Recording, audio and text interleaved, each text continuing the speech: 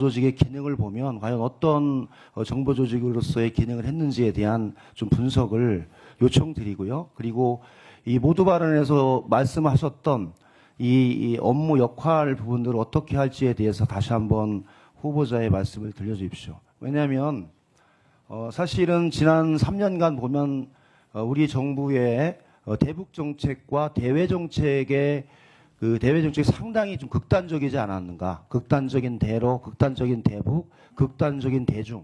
그로부터 오는 국익의 침해가 어떻게 우리 경제에 영향을 미쳤는지에 대해서 국민들이 다 인지하고 있는 상황인데, 이렇게 진행됐던 이 상황 자체의 근거가 국가정보원에서도 해당 관련한 대북정보, 해외정보, 대외교정보 관련한 부분들을 제공해서 그에 따라서 대통령실에서 최종적인 정책 결정을 하지 않았겠습니까? 거기에 대한 판단과 이후 이 문제를 극복하기 위한 후보자의 견해를 말씀해 주시기 바랍니다. 예, 존경하는 김영진 의원님 질의에 답변 드리겠습니다. 일단 뭐 저희들이 제가 국정원장에 취임하면은 과거 그 국정원의 어떤 운영과 관련해서 저 자신이 이제 타산지석을 삼기 위해서 한번 당연히 살펴볼 거라는 점을 말씀을 드리고요.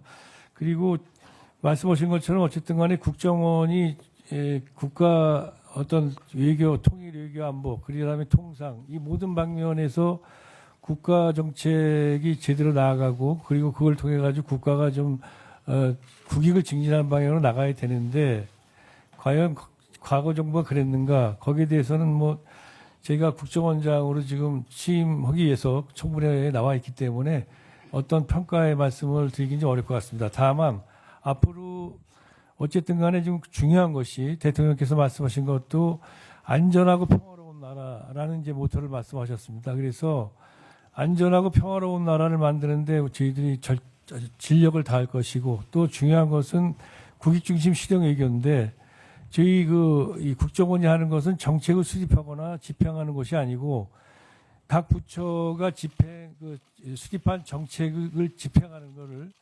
성공하게 하기 위해서 적극적으로 지원하는 부서입니다. 그러다 보니까 국익중심 실용 외교를 적극 지원하고, 또 한편 지금 뭐 글로벌 통상위기가 워낙 지금 우리한테 엄중하지 않습니까? 그 통상위기 극복에 필요한 정보 제공을 위해서 저희들이 전력을 다할 생각입니다. 네. 지금 또 질의 중에서 제가 말씀드리는 분들은 실제로 2022년 트럼프 1기, 트럼프 2기 오고 그 사이에 바이든 행정부를 지나면서 전체적으로 국제적인 관계 자체가 과거의 평화로운 이 관계 속에서 이어졌던 것이, 제가 보기엔 45년 2차 세계대전 이후 전체 판을 이끌어왔던 상황 자체가 2022년 전후로 해서 제가 보기엔 깨진 것 같다. 그러면서 WTO 체제라든지 아니면 한미 FTA 등 자유무역 관련한 여러 가지 문제들이 다 깨져서 다시 판을 재정립하는 과정에 러시아 우크라이나 전쟁, 또 지금과 같은 이란과 이스라엘의 전쟁, 이스라엘과 하마스 간의 전쟁 등 많은 이런 부분들이 있어서 해외 관련한 정보 수집의 중요성과 그에 따르는 국익을 어떻게 수행하기 위한 외교안보 정책을 마련할 것인가가 사실은 대한민국 국익과 생존의 가장 중요한 시기가 된 것 같은데, 그 부분에 대해서 해외 영향력 정보 강화에 대한 계획을 좀 잡아주셨으면 좋겠다라는 말씀을 드립니다. 예, 그렇게 네. 하겠습니다. 네. 두 번째 질의 드리겠습니다. 이번 12상 비상계엄 내란 쿠데타 시기에 국가정보원의 역할이 과연 무엇이냐에 대해서 국민들의 의혹이 상당히 갖고 있습니다. 국가정보원법 제4조에도 보면 국가정보원은 내란 및 외환의 죄에 관련한 사안들에 관한 정보를 취합하여 보고한다. 정보를 수집하여 보고한다.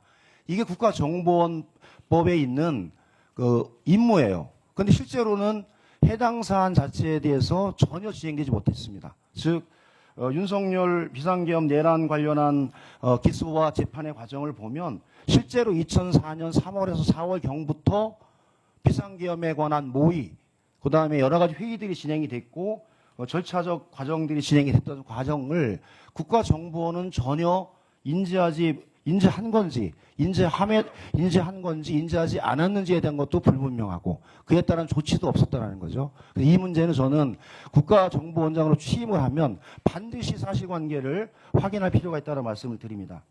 세 번째는 대통령의 비화폰 사용 내역 관련해서 대통령과 홍장원 1차장 간의 비화폰 통화 내역을 대통령실의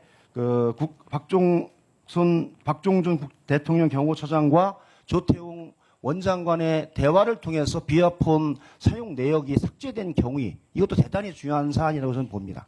그리고 네 번째는 비화폰의 지급 관련한 규칙들이 있는데 실제로는 국가 정보를 수행하거나 장차관이거나 비화폰 운영에 관한 규칙에서 벗어난 사람들에게 비화폰을 지급했던 예가 이 수사나 여러 가지 과정에 나왔지 않습니까? 즉 전직 군인 노상원 사령관에 대한 비화폰 지급, 김건희 배우자에 관한 비화폰 지급, 이 문제에 관해서 국정원의 마지막 답변을 들어보면 부적합했다. 그리고 해당 사안에 대해서는 좀 구체적으로 비화폰과 보안폰에 관한 운용 지침들을 조금 더 정비하고 명확하게 할 필요가 있다. 그러나 민간인인 노상원과 김건희 배우자에 대한 비화폰 지급은 적절하지 않았다는 판단이 있었습니다. 취임하시게 되면 이 문제 관련해서도 제도를 정확히 좀 정비를 하고 잘못된 부분에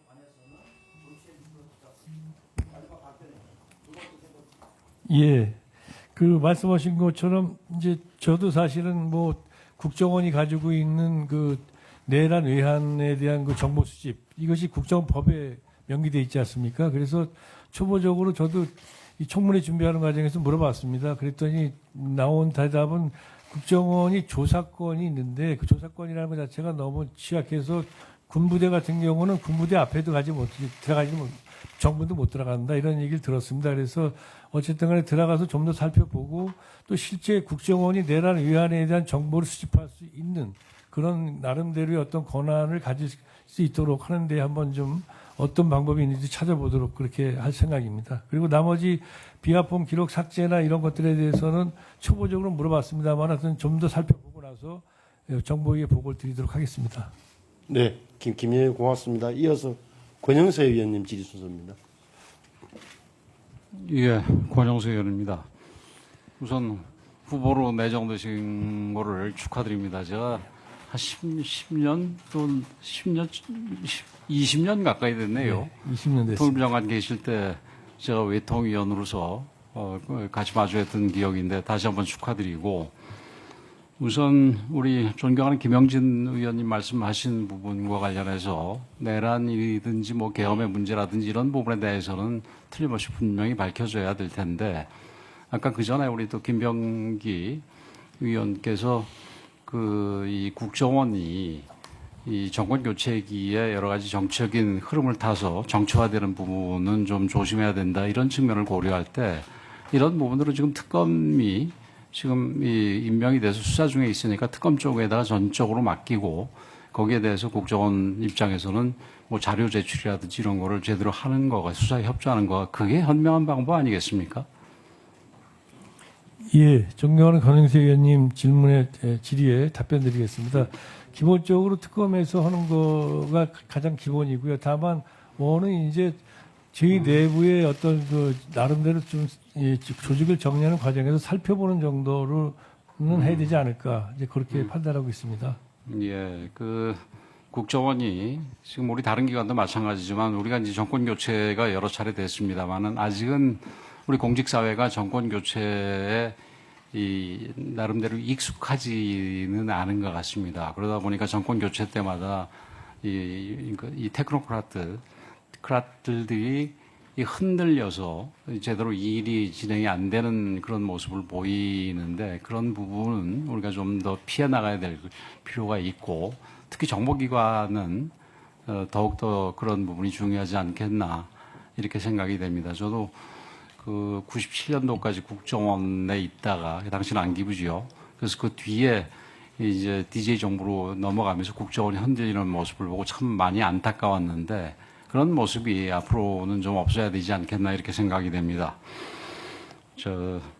우리 존경하는 박지원 의원님께서 우리 이종석 후보자님을 자주파 6인이라고 하셨던데 뭐 우리 의원님한테 직접 물어볼 수는 없는 거니까 이 자주파가 본인은 어떻게 생각을 하십니까?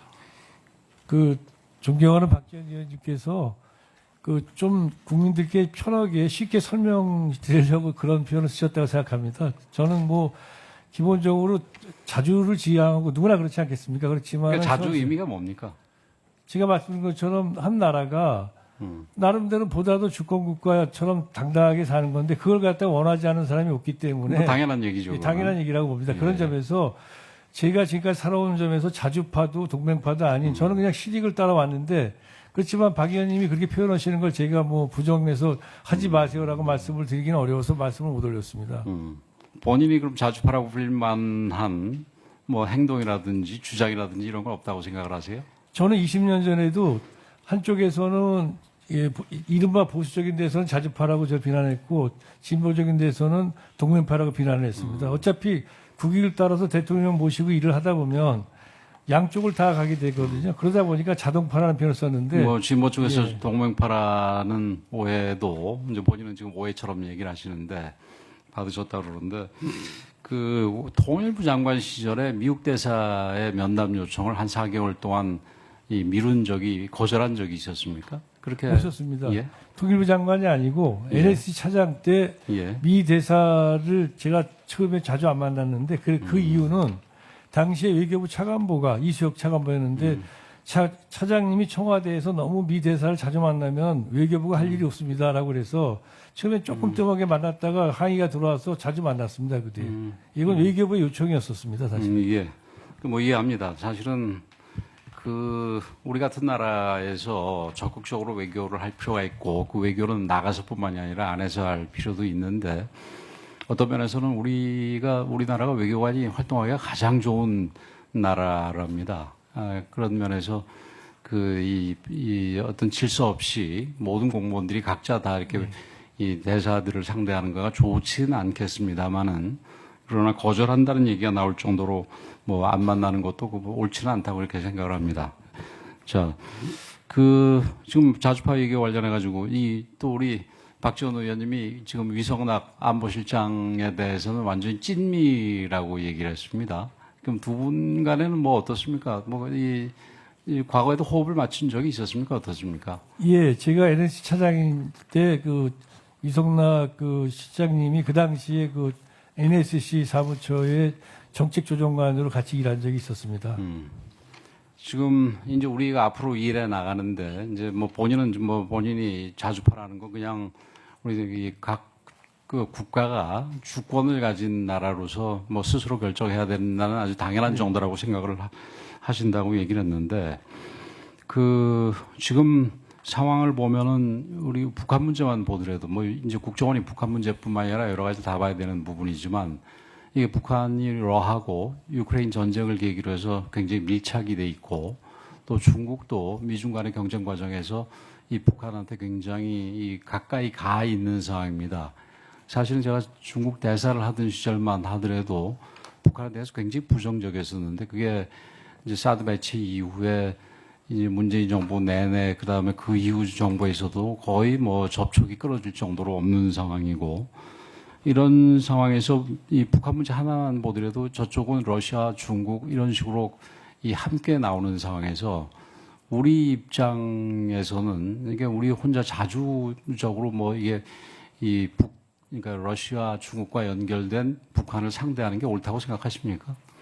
예, 당연히 저희가 결정하는 과정에서는 저희가 독자적으로 하는 경우도 있지만 오늘날 세계는 어쨌든 간 협력을 해야 되고 그런 점에서 한미동맹이 가장 기본적인 저희 바탕입니다. 그리고 그 위에서 저희들이 이제 한미일 협력이 있고 주변 국가 관계를 관리하는 것이 저희 현재 이재명 정부의 어떤 정책적 방향이고 또 저도 역시 그렇게 생각하고 그런 방향에서 정부가 정책을 성공적으로 이끌게 하기 위해서 아주 정보 지원에 최선을 다하려고 합니다.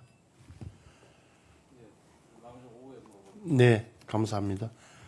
다음 이견의 순서에 앞서서 방금 도착하신 우리 또 새로 보임되신 위원님, 송원석 위원님의 인사말을 짧게 듣고 이어가겠습니다. 며칠 전에 제1야당 국민의힘의 원내대표로 선출되어 있습니다.